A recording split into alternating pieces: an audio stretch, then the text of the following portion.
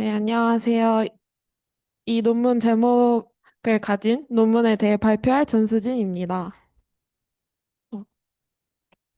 오늘 발표할 논문은 2023년 네이처 카탈리시스에 게재된 전기화학적으로 요소를 합성하는 새로운 방법에 대한 연구입니다. 네, 목차는 인트로덕션, 리절트, 디스커션 순으로 준비했습니다. 현재 우리가 사용하는 요소는 녹음에서 가장 중요한 비료로서의 역할을 가지고 있는데요. 이 외에도 현대 사회와 생명체에 있어서 굉장히 핵심적인 역할을 하고 있습니다. 이러한 요소는 하버보슈 공정을 거쳐서 암모니아를 만들게 되고 그 후 보슈 마이저 공정을 통해 생산이 되게 됩니다. 하지만 이 과정은 어, A를 참고하시면 이해가 더 쉬울 수도 있는데 질소를 통해서 암모니아를 합성한 후에 요소를 생산함으로써 높은 온도와 압력 그리고 막대한 에너지와 탄소 배출을 동반하게 됩니다. 또한 농업 산업 활동에서 생성되는 질소의 폐수를 처리하는 데에도 에너지가 많이 소비가 되고 있는 상황입니다. 이 공정은 전 세계 에너지 소비의 1%를 차지하고 있으며 막대한 온실가스를 배출하고 있어서 큰 문제점을 야기하고 있습니다. 그래서 이 논문에서는 기존 공정 대비 에너지 효율 개선 가능성을 제시하고 있으며 질산염과 이산화탄소를 이용해 직접 요소를 합성하게 되는 전기화학적 방법을 제안하고 있습니다. 이러한 방식은 폐수 처리와 요소 생산을 동시에 생성할 수 있다는 점에서 크게 주목을 받고 있는 기술이기도 합니다. 기존에도 질산염과 이산화탄소를 이용한 요소 합성 연구는 많이 진행되고 있었는데요. 낮은 요소 생성 효율을 나타내고 있어서 그 이유로는 CN 결합 반응보다는 NO3-와 CO2 각각의 단독 환원 반응이 더 잘 일어나고 있기 때문입니다. 즉, 질산 환원 반응이나 이산화탄소 환원 반응 혹은 수소 발생 반응 등의 경쟁적 반응이 더 우월하게 일어나고 있다는 건데요. 이러한 문제점을 해결하고자 이 연구에서는 첫 단계로 먼저 원치 않는 부가 반응보다는 원하는 반응을 더 잘 일으키는 금속을 먼저 테스트하기 위해 스크리닝 작업을 진행하였습니다. 왼쪽 그래프와 같이 구리, 주석, 비스무스, 아연, 은 이 금속들을 활용하였는데요. 이 실험에서는 500ppm의 질산염 농도와 마이너스 0.6V의 전압 조건에서 패러데이 효율을 먼저 측정하였습니다. 그 결과 대부분의 금속들이 20% 미만의 낮은 요소 생성 패러데이 효율을 나타냈는데요.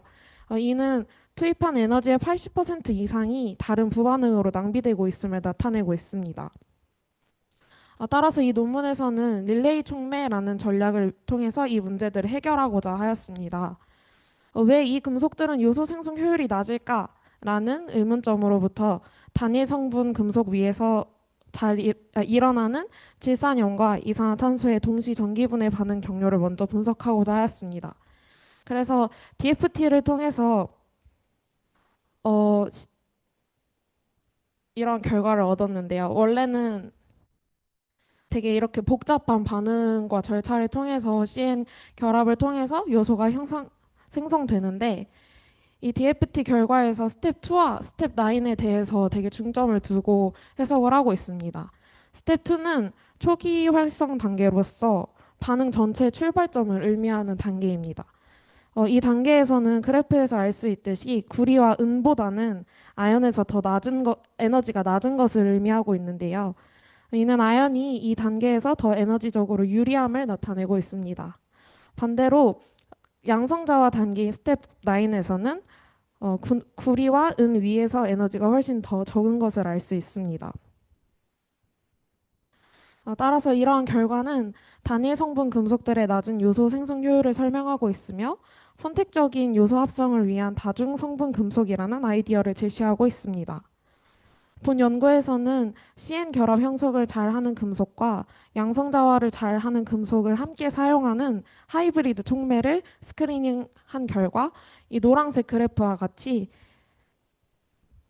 ZNCU 그리고 ZNAG 두 촉매가 높은 효율을 보이고 있다는 것을 알게 되었습니다. 따라서 이 논문에서는 아연과 구리를 조합한 하이브리드 촉매를 이용하여 중간체 형성 단계와 양성자와 단계를 분리해서 최적화하는 방향으로 연구를 하게 되었습니다.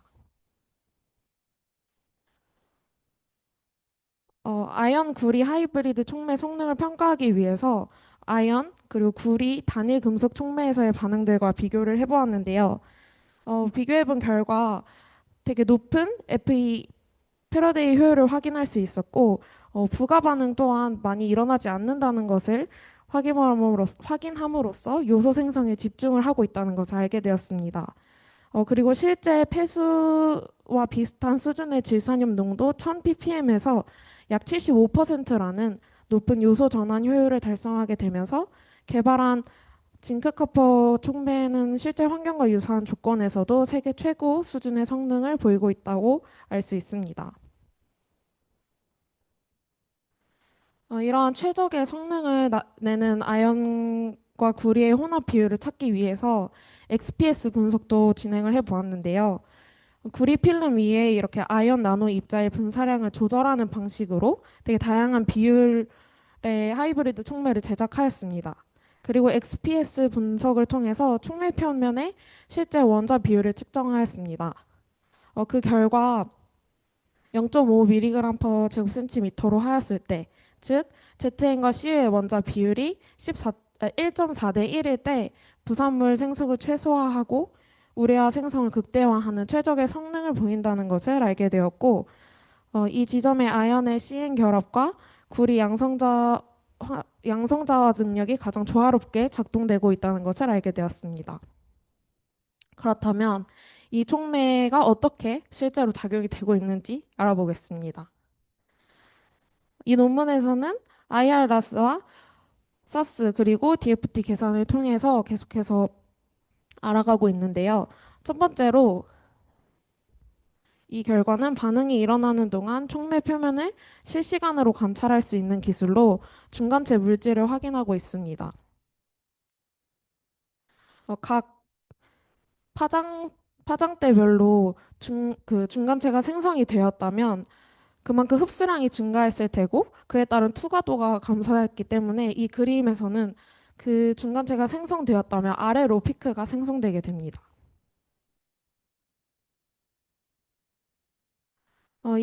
이 그래프는 다른 대조군들을 나타낸 것인데요. A의 그래프는 CO2를 없애고 비활성 기체인 아르곤을 넣어서 저희가 만들어낸 그 중간체의 산물들이 우리가 넣어준 CO2로부터 유래되었다는 것을 알려주고 있는 그래프이고요. C와 D는 CU 그리고 ZN 각각의 단일 촉매로 진행했을 때의 연구 결과를 나타내고 있습니다. 어, 이와 다른 기술 사스를 통해서 다시 한번 교차 검증을 진행하였는데요. 이를 통해서 알아보았을 때 B에서는 그냥 평소와 똑같은 조건에서 실험을 진행하였고 C에서는 카보메이트 이온을 주 성분으로 하고 있는 암모늄 카보메이트를 이용하여 실제로 넣어준 그 물질로 인해서 이러한 생성물이 생겼다고 뒷받침해주고 있습니다. 또한 마지막 D 그래프에서는 다른 질산염과 다른 CO2를 넣어주지 않았을 때의 결과물로 그 물질을 넣어주지 않았을 때는 아무런 반응도 생기지 않는다는 것을 나타내고 있습니다. 또한 DFT 계산 결과에서는 아연 표면에서 질산염이 흡착되고 환원된 후에 이산화탄소 분자가 다시 삽입이 되어서 CN 결합을 형성하고 또 산소 원자랑 다시 결합을 해서 이러한 중간체를 만든다는 것을 나타내고 있습니다.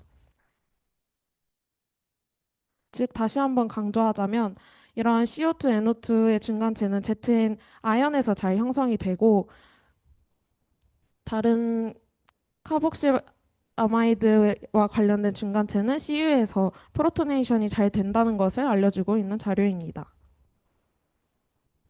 추가적으로 이 논문에서는 이전까지의 연구 결과를 바탕으로 이제 평면적인 2D 구조가 아닌 훨씬 더 높은 표면적을 가진 3D 구조의 촉매를 만들어서 실제 요소 생성량 자체를 늘리는 것을 목표로 하고자 하고 있습니다. 이 촉매는 표면적을 넓힘으로써 전류 밀도를 증가할 수 있고 패러데이 효율을 유지하면서 또 생성률을 1.5배 이상 높일 수 있는 결과를 나타냈습니다. 이 연구에서 가장 중요한 강점 중 하나는 라이프 사이클 어세스먼트인데요. 전통적인 요소 생산은 1kg당 1.8kg의 CO2를 배출하고 있다고 합니다. 하지만 이 전기화학적 방법을 사용하였을 때는 0.28kg의 CO2를 배출함으로써 많이 친환경적인 결과물을 낼 수 있다고 합니다. 게다가 폐수 처리장에서 이 기술을 도입하게 된다면 처리 효율을 유지하면서 또 요소라는 유용한 화학 물질을 회수할 수 있다는 장점을 지니고 있습니다. 결론적으로 이 기술이 갖는 의미가 무엇인지 정리해 보자면 전 과정 평가를 통해서 이 전기화학 공정을 재생에너지와 결합하였을 경우 단순한 촉매 개발을 넘어서 폐수를 자원화하고 탄소 중립적인 녹색 질소 경제로 나아갈 수 있는 실질적인 경로를 제시한다는 점에서 큰 의미를 갖고 있는 기술을 연구한 논문입니다. 이상 발표를 마치겠습니다. 감사합니다.